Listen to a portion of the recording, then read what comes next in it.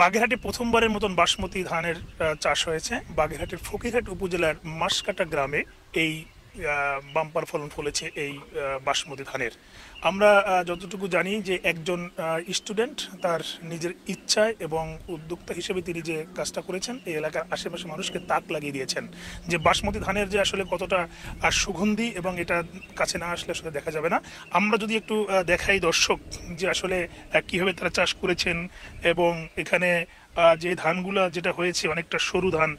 যদি আমরা বলি যে বাগেরহাটের যে একবারে প্রত্যন্ত উপজেলার ফকিরহাটের মাসকাটা গ্রামের কামরুজ্জামান সোহেল, তিনি আসলে নিজের পড়াশোনার পাশাপাশি বিভিন্ন এবং ইউটিউব এবং ফেসবুক ঘেটে এবং তিনি কিন্তু আসলে দেখেছেন যে আসলে হাইব্রিড ধানের পরিবর্তে আসলে কি ধরনের ধান এখানে রোপণ করা যায় এবং তার এই চেষ্টার ফলে এবং নিজের জমিতে প্রায় 1 একর জমিতে কিন্তু তিনি এই ধান রোপণ করেছেন, তার সফলতা পেয়েছেন। আমরা সেই মাঠেই আছি যে একেবারে মাসকাটা গ্রামের যে ধান খেতে রয়েছি, এখানে দেখছি যে আসলে অনেক ধান কিন্তু এখন পেকে গেছে, হয়তো বা আজকে থেকেই এই কর্তন শুরু করবেন। এবং তবে এখানে কৃষকরা জানিয়েছেন যে এই প্রথমবারের মতন ধান এখানে চাষ হয়েছে, এর আগে কখনো এই এলাকায় হয়নি। এবং কামরুজ্জামানের তথ্য মতে যেটা আমরা জানতে পেরেছি এবং কৃষি বিভাগের অনুযায়ী যে খুলনা বিভাগের ভিতর হয়তো প্রথম তিনি এবং চাষ করে এবং সফলতা অর্জন করেছেন। ধানটা আমি আমার বয়সে প্রায় 40-45-50 গেছে গেছে না বলতে পারি না। আমি যত ধান করেছি কিন্তু ফানেও করি চাষ, তাতে এই যে বাসমতি ধান দেখতেছি নতুন ধান, তাতে আমি ভালোই দেখতেছি। তা আমরা আশা করেছি যে আগামীতে আল্লাহ আসালি আমরা অনেকেই আশাবাসী যারা আছি তারা করব। আসলে এটা দেখছি ধান লম্বা এবং সরু ধান, এটা এটা ভিন্ন ধরনের কিছু দেখতেছি আর কি, আগে পরে দেখি নাই, এই নতুন আমরা এখানে দেখতেছি। এখন এটা আমরা কাটতে আসছি, মালিক পক্ষ থেকে আমাকে কাটতে আনছে। আমরা আইটে গেলে দেখলাম খেতে কিরকম একটা গিরাল পাইছি, ধানটা ভালো ফসল ধান, এখন দেখে আমরা দাঁড়ায় গেছি। তারপরে দেখলাম এই ধান কিরম কি অবস্থা কি এটা একটু খেয়াল করে ধরে দেখলাম বাজার কিরম চলে, একটু রিসার্চ করলাম যে এই হাইব্রিডের ধানের চেয়ে এর দাম প্রায় 5 গুণ এবং এই ধান যদি ছড়িয়ে দেওয়া যায় তাহলে কৃষকরা যে আসলে প্রতি বছর যে অর্থনৈতিকভাবে যে সংকটে পড়া সেই সংকট কাটিয়ে উঠে এবং নূতনত্ব এই ধান চাষের ফলে তারা কিন্তু ব্যাপক লাভবান হবেন। এমনটাই যে হাইব্রিড 1 মণ ধানের দাম হলো প্রায় 1200 থেকে 1300 টাকা, আর এই 1 মণ ধান বাসমতি যেটা এর দাম রয়েছে প্রায় 6 থেকে 7 হাজার টাকা মণ। এই জায়গায় যদি এখানে এই ছড়িয়ে দেওয়া যায় তাহলে দক্ষিণ অঞ্চলের মানুষের মাঝে তাহলে কৃষকরা ব্যাপক লাভবান হবেন এবং বাইরের থেকে এই ধান আর আমদানি করা প্রয়োজন হবে না এবং অর্থনৈতিকভাবে আরও এগিয়ে যাবে, দেশের সমৃদ্ধ আনবে এই ধান।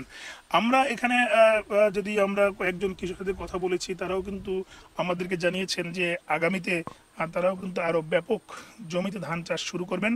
এবং আমরা একজন কৃষক যে প্রায় 60 ঊর্ধ্ব এবং তিনি কিন্তু জানিয়েছেন যে 40 বছর ধরে সে কৃষক হিসেবে এবং ধান রোপণ করেন, কিন্তু সে এই প্রথমবারের মতো দেখেছেন যে সফলতা আসছে। এবং এই ধান যদি রোপণ করা হয় তাহলে যেমন কৃষক লাভবান হবে, পাশাপাশি যারা শ্রমিক রয়েছেন তারাও কিন্তু আসলে লাভবান হবেন। এই জায়গায় তারা কিন্তু চাচ্ছেন যে আসলে সরকারি সহায়তা পাশাপাশি যে কৃষি বিভাগ রয়েছে তাদের পরামর্শ প্রয়োজন রয়েছে। তবে হতাশার বিষয় হলো যে আসলে এই যে কামরুজ্জামান সোহেল যে একজন যে শিক্ষার্থী, তিনি যে অভাবনীয় যে এই কাজটা করেছেন তার কিন্তু ওই রকম কোনো সহযোগিতা পাননি কৃষি বিভাগের।